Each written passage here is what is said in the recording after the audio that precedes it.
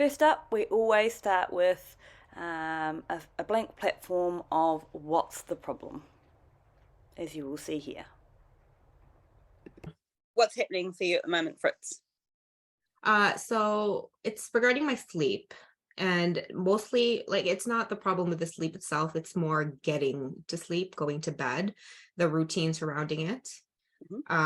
More like I'm good with getting up or like at the same time every day, but it's more the going to bed that I'm having trouble with. Like, I want to go to bed earlier, like an early set date so I get the amount of hours in, but somehow I just find myself not go like extending it, finding things to do, and somehow I look at the clock and I'm like, oh shit, it's like an hour past my bedtime, and somehow like I just lose track of time at the end of the day. Mm-hmm. So what happens here with every client that comes through the door, they're going to initially take the opportunity to talk and talk in various volumes and lengths about their perceived problem. Now, it's really important to take note here that if I was a sleep coach, my first instinct, I guess, might be to begin drawing out and extracting information around the sleep, and from there beginning to impart some of my skills and knowledge about how to help my client establish a sleep routine. And that might be any number of things like turning off the lights or reading a book or going to bed earlier. I mean, I'm not an expert, but you can see where I'm going with this. But before we even want to address the perceived problem of sleeping, we want to understand what is driving that behavior. And we do that by investigating the subconscious mind and following the track that we're going to go on next about finding out more about what is really happening. So, out of all of that, what's the problem? The problem is that I'm not getting the quality of sleep that I want, and there are times when when I wake up really groggy, and those are the times when I don't go to bed early. Mm-hmm. So you can notice here as I have re-asked the question about what's the problem, I have effectively forced the client to go back into their thought processing and find a new way of communicating what their perceived problem is. And if you observed Fritz there, her conversation has begun to become a bit more clunky. It's less smooth, it's less rehearsed. Therefore, we've already begun that process of fractionation and allowing the client to go into trance, into their unconscious, searching for answers, a better understanding of where their problem is currently.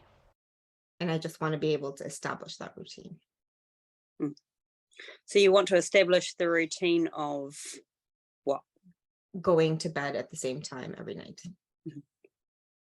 So what's stopping you from just 10 o'clock or whatever a time might be, and then setting an alarm and going, right, I'm done for the day, I'm going to bed? What's stopping you from doing that? Yeah, that's funny because I do set an alarm an hour before I intend to go to bed, but like I snooze it or like I ignore it. And it's somehow I find something else to do other than sleep. Like I'll start a video or like a new project or something, or I'll keep scrolling on social media instead of sleep. So again, like, what's stopping you from signing off at whatever time you've set your alarm for and turning everything off and jumping into bed? Yeah. Oh, yeah. Like I just don't want to slow down sometimes. Sometimes you don't want to slow down. How is that a problem? I need to slow down sometimes because then I lose steam. And I need to I need to regain some of my energy for the things that I wanted to do the next day.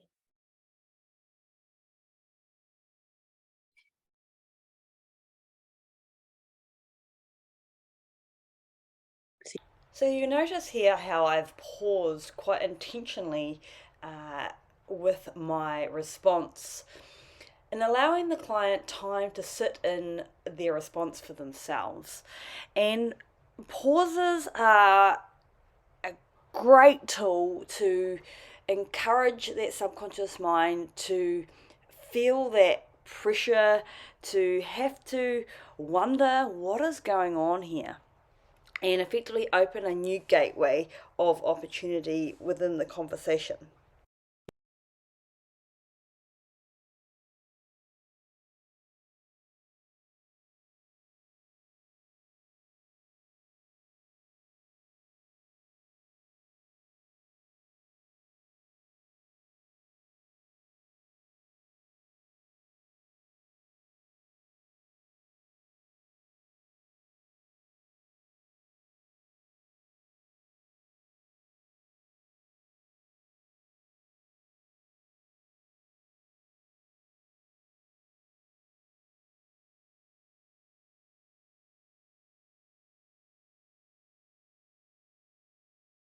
You need to slow down, but you don't want to.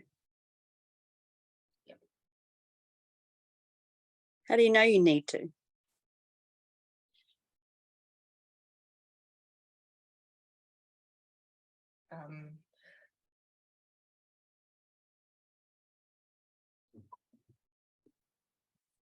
It's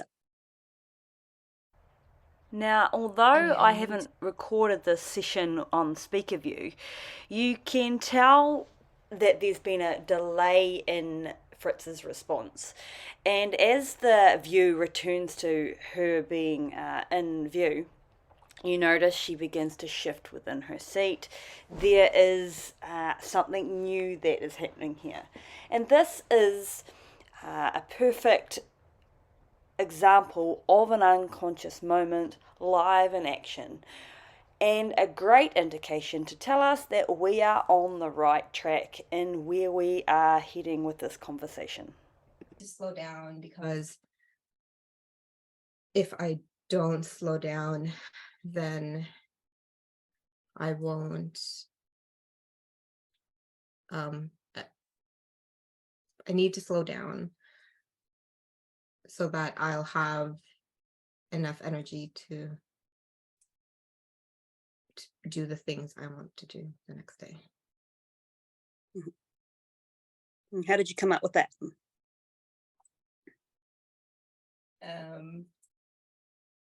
It's I think just in the past, I know that when I establish it doesn't have to be completely 100%, but establish consistency with my sleep, then I just feel better about myself. So you can feel better about yourself. Why would you avoid feeling better about yourself? So now the conversation is steering towards something that's a lot more juicier. It's a lot more personal in regards than what it was when the first instance of the conversation was around sleep. Now we're getting a lot more emotional and a bit more juicy, which is going to begin to create a little bit of a stir up with Fritz in the upcoming rest of the session. The question I've asked here is, why would you deny yourself of feeling better or something along those lines? And it kind of sounds like a strange question, right? But she was avoiding sleeping, putting her off her sleeping, and her sleep was what made her feel better. So when we combine those two thoughts, how does that work?